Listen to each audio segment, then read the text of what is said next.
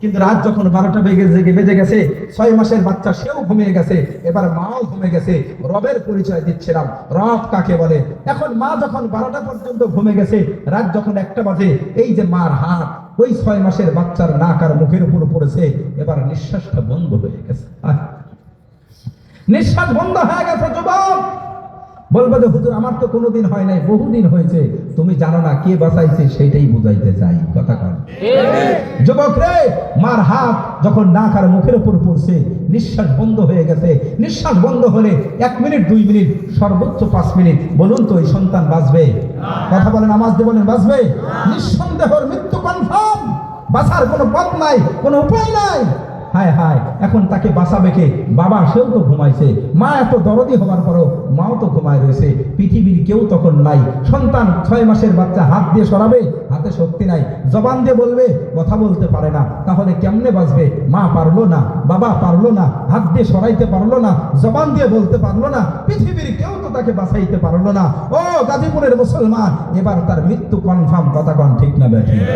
গাজীপুরের মুসলমান এবার আওয়াজ চাই।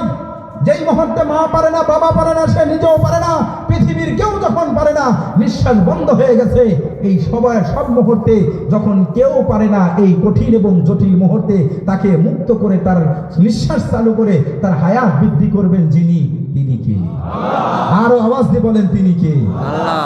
মুসলমান বন্ধুরা, আমার কথা কোনো দিন থেকে বোঝার চেষ্টা করবেন। গাজীপুরের মুসলমান, ও আমার পর্দারের মার বন্দে, একটু ঠান্ডা মাথায় বোঝেন, আমার রব, আমার আল্লাহ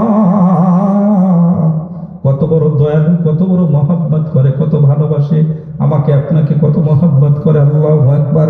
পৃথিবীর কেউ যখন পারে না, আমার আর তোমার অবস্থা এমন হয়েছে, নিঃশ্বাস বন্ধ হয়ে গেল।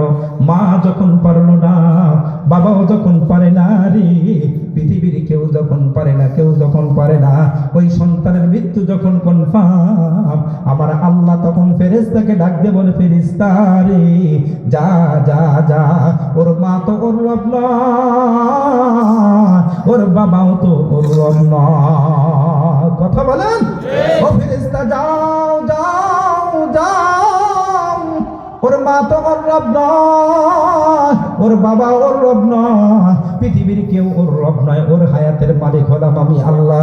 ওর মা দরদ করতে পারবে, বাবা কামাই রুজি করে খাওয়াইতে পারবে, কিন্তু হায়াতের মালিক আমি আল্লাহ। ফেরেশতা যা যা, আমার মাসুম বাচ্চার নাক আর মুখের উপর থেকে ওর মার হাতটা আস্তে করে সরায়া দে, ফেরেশতার মাধ্যমে নিঃশ্বাসের চালু করার ব্যবস্থা করে দে। ফেরেশতারে পাঠাইয়া ওই মাসুম বাচ্চার নাক আর মুখের উপর থেকে মার হাতটা আস্তে করে সরাইয়া নিঃশ্বাস চালু করার ব্যবস্থা করে দেয়।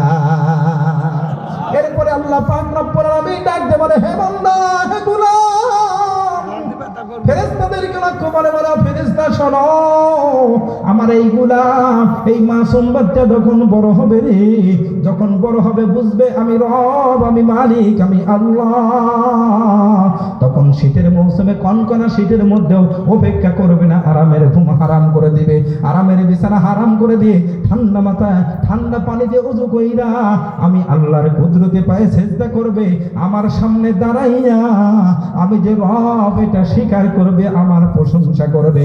সবাই জবান খুলে আমার সাথে বলেন, আলহামদুলিল্লাহি রাব্বিল আলামিন।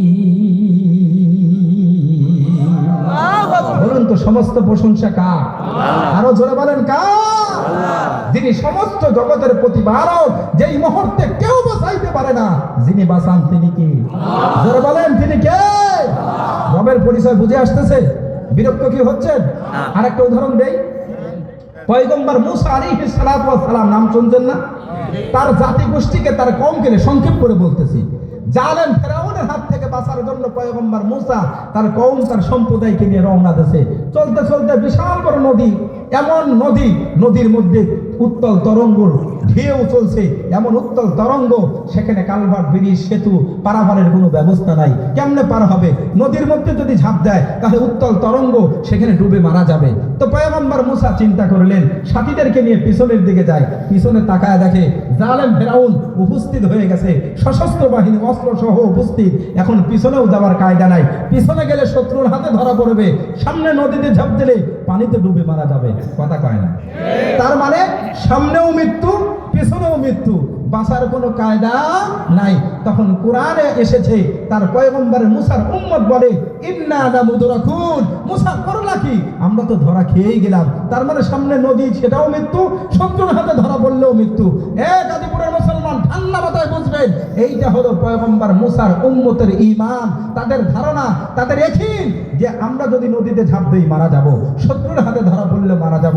কিন্তু পয়গম্বর মুসার ঈমান এত দুর্বল নয়, শতভাগ ঈমান। পয়গম্বর মুসা বলে, কাল্লা, হে আমার উম্মত শুনে রাখো, কখনোই নয়, কখনোই নয়, কখনোই নয়, নদীতে ঝাঁপ দিলে মারা যাব, অসম্ভব। নদী মারতে পারে না, শত্রুর হাতে ধরা পড়লে মরে যাব, শত্রু মারতে পারে না। শত্রুর হাত থেকে তিনি বাঁচাবেন, নদীর মধ্যে থেকে তিনি মুক্ত করে দিবেন, টানেলের ব্যবস্থা করবেন, রাস্তার ব্যবস্থা যিনি করবেন। আওয়াজ দিয়ে বলুন, তিনি কে? আর জোরে বলুন, তিনি কে?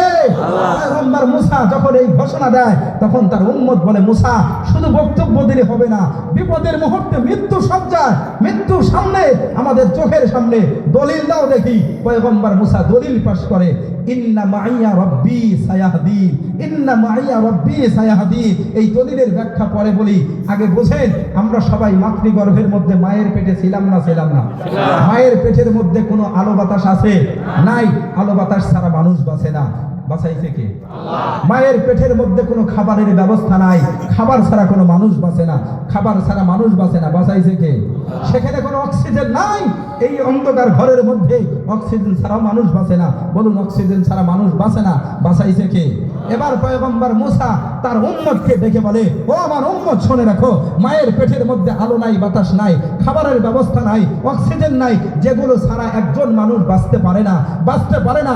সব কিছু উপেক্ষা করে বাঁচার কোনো জায়গা নয়, সেই জায়গায় যে রব, যে আল্লাহ আমাকে আর তোমাকে মাতৃগর্ভের মধ্যে বাঁচিয়েছে, হেফাজত করেছে, ইন্না মাইয়া রব্বি সায়াহদিন, ওই আল্লাহ আমাদের সাথে আছে, আমাদের সাথে আছে।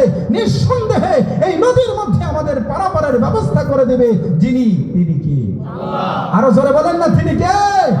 শতভাগ যখন বিশ্বাস স্থাপন করছে, পয়গম্বর মুসার সাথে 100 যখন ইয়াকিন করছে একমাত্র আল্লাহর উপর, পৃথিবীর কারো উপরে ভরসা করে নাই, তখন আল্লাহর পক্ষ থেকে সাহায্যের মদত চলে এসেছে। আওয়াজ দিয়ে বলেন সুবহানাল্লাহ, সুবহানাল্লাহ। আল্লাহ পাক রব্বুল আলামিন এবার ডাক দিয়ে বলে, মুসা, পয়গম্বর মুসাকে আল্লাহ পাক রব্বুল আলামিন ডাক দিয়ে বলে, মুসা রে, তুমি যখন আমার উপর শতভাগ বিশ্বাস স্থাপন করেছো রে মুসা, বিন্দু মাত্র কোনো ঘাবড়ে যাও না। ওই নদীতে মানুষ ঝাঁপ দিলে মারা যাবে, কিন্তু কোনো টেনশন তুমি করো নাই, নদীকে ভয় পাও নাই। আমি আল্লাহর উপর ভরসা করেছো, পিছনে শত্রু সশস্ত্র বাহিনী, ওই শত্রুর হাতে ধরা পড়লে তুমি মারা যাবা, কিন্তু শত্রুকেও তুমি কোনো পরোয়া করো নাই।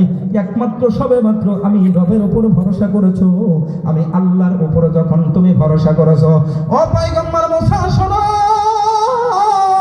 তুমি যখন সব কিছুকে উপেক্ষা করে রে আমি আল্লাহর উপর ভরসা করেছো, ও গাজীপুরের মুসলমান এবার শোনেন, দেখে আল্লাহ পাক তখন ডাকতে বলে, মুসা, এবার আমি আল্লাহর পক্ষ থেকে তোমার জন্য সাহায্য আর মদদের হাত আমি বাড়িয়ে দিলাম। সুবহানাল্লাহ বলেন। আল্লাহ পাক রব্বুল আলামিন